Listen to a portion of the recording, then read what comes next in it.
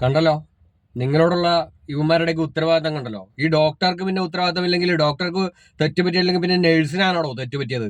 ഏത് മലരനാണോ ഇതൊക്കെ അന്വേഷിക്കാൻ നടക്കുന്നത്? അവന്റെയൊക്കെ യോഗ്യത എന്താണ് ഈ അന്വേഷിക്കാൻ പോയവന്റെയൊക്കെ?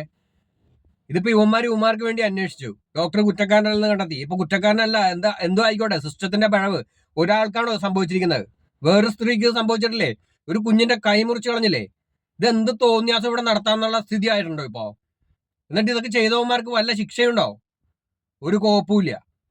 ഇത് നിങ്ങൾ മനസ്സിലാക്കേണ്ട എന്താണെന്നറിയോ?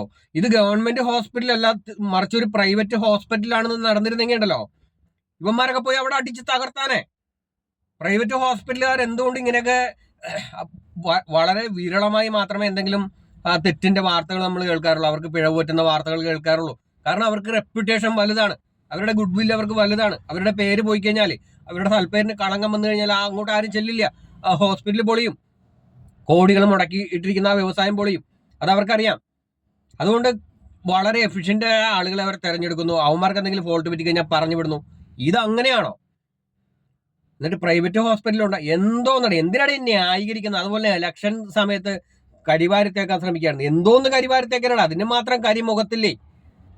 ഇതൊക്കെ ജനങ്ങൾക്ക് വേണ്ടിയാവണം, ജനങ്ങളുടെ പക്ഷത്തിൽ നിന്ന് ചിന്തിക്കണം. ഒരു മനുഷ്യന്റെ കാലിൽ കുപ്പിച്ചില് കയറിയിട്ട് അത് എത്ര 63 ദിവസം സ്റ്റിച്ചിട്ട് കൊടുത്തിട്ട് 63 ദിവസം കഴിഞ്ഞിട്ട് അത് പുറത്തെടുത്ത് വേറെ ഹോസ്പിറ്റലിൽ പോയിട്ട്.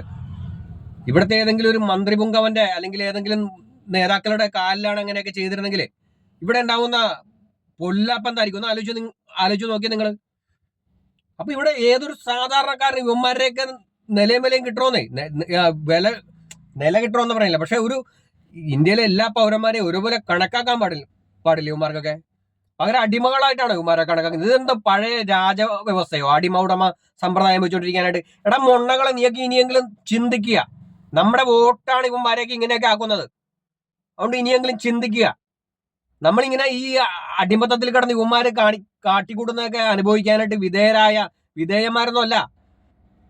ഇവിടെ അന്തസ്സായി പണിയെടുത്ത് സർക്കാരിന് ടാക്സ് കിട്ടുന്ന സാധാരണ മനുഷ്യരാണ് നമ്മളൊക്കെ. ഇവന്മാരൊക്കെ ഉണ്ടാക്കുന്ന ഓരോ ടാക്സ് 50-60% ഓരോ ടാക്സ് കൂട്ടിയിരിക്കുന്നത് ഇവന്മാർ ഓരോ കാര്യത്തിനൊക്കെ. അപ്പൊ ദയവ് ചെയ്ത് അതൊക്കെ മനസ്സിലാക്കിയിട്ട് അന്തസ്സായിട്ട് ജീവിക്കാൻ നോക്ക്. നാടിന് മാറ്റങ്ങളാണ്. ഈ ലോകത്തിന്റെ ഹിസ്റ്ററി എടുത്തു കഴിഞ്ഞാൽ മാറ്റങ്ങൾ ഉണ്ടായതുകൊണ്ട് മാത്രമാണ് ലോകം ഇങ്ങനെ ആയിരിക്കുന്നത്. രാജാധിപത്യ വ്യവസ്ഥയും ഒരു എന്തെങ്കിലും പറഞ്ഞു കഴിഞ്ഞാൽ തലവെട്ടിക്കളയുന്ന ആ തിരുവായിക്ക് എതിർവായില്ലാതിരുന്ന വ്യവസ്ഥയെ മറിച്ചിട്ട്, ചക്രവർത്തിമാരെ മറിച്ചിട്ടൊക്കെയാണ് ഈ ജനാധിപത്യ ഇവിടം വരെ വന്നിട്ടുള്ളത്.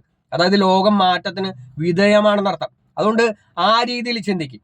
മാറ്റങ്ങൾ ഉണ്ടാക്കണം, കാലത്തിനനുസരിച്ച് മാറ്റങ്ങൾ പറയുന്ന, ധാർമ്മികതയുള്ള, ഉത്തരവാദിത്ത ബോധമുള്ള, നാടിനോട് പ്രതിബദ്ധതയുള്ള, ഹ്യൂമനിസ്റ്റ് ആശയങ്ങൾ പറയുന്ന മനുഷ്യരെയൊക്കെ അധികാരത്തിലല്ല, ജനസേവനത്തിന്, നമ്മളെ ഓരോരുത്തരെയും സേവിക്കാനായിട്ട് കയറ്റണം. പകരം ഇവന്മാരെയൊക്കെ, ഈ രാഷ്ട്രീയ നേതാക്കന്മാരെയൊക്കെ പണ്ടത്തെ തമ്പുരാക്കന്മാരെക്കാളും കഷ്ടമായിട്ട് കണ്ടാണ് നീയൊക്കെ കുനിഞ്ഞെന്ന് വണങ്ങുന്നത്. ഊളകള് നിർത്തടാവൂ. ഇല്ലെങ്കിൽ നീയൊക്കെ ഇപ്പൊ ആണുങ്ങൾ അടിമത്തം നിരോധിച്ചില്ലായിരുന്നെങ്കിൽ ഇപ്പോഴും അടിമകളായി കിടക്കേണ്ട വർഗം മാത്രമാണ് നീയൊക്കെ. സ്വാതന്ത്ര്യബോധം എന്താണെന്ന് നീയൊക്കെ പഠിക്കാൻ നോക്ക്, മൊണ്ണകളെ.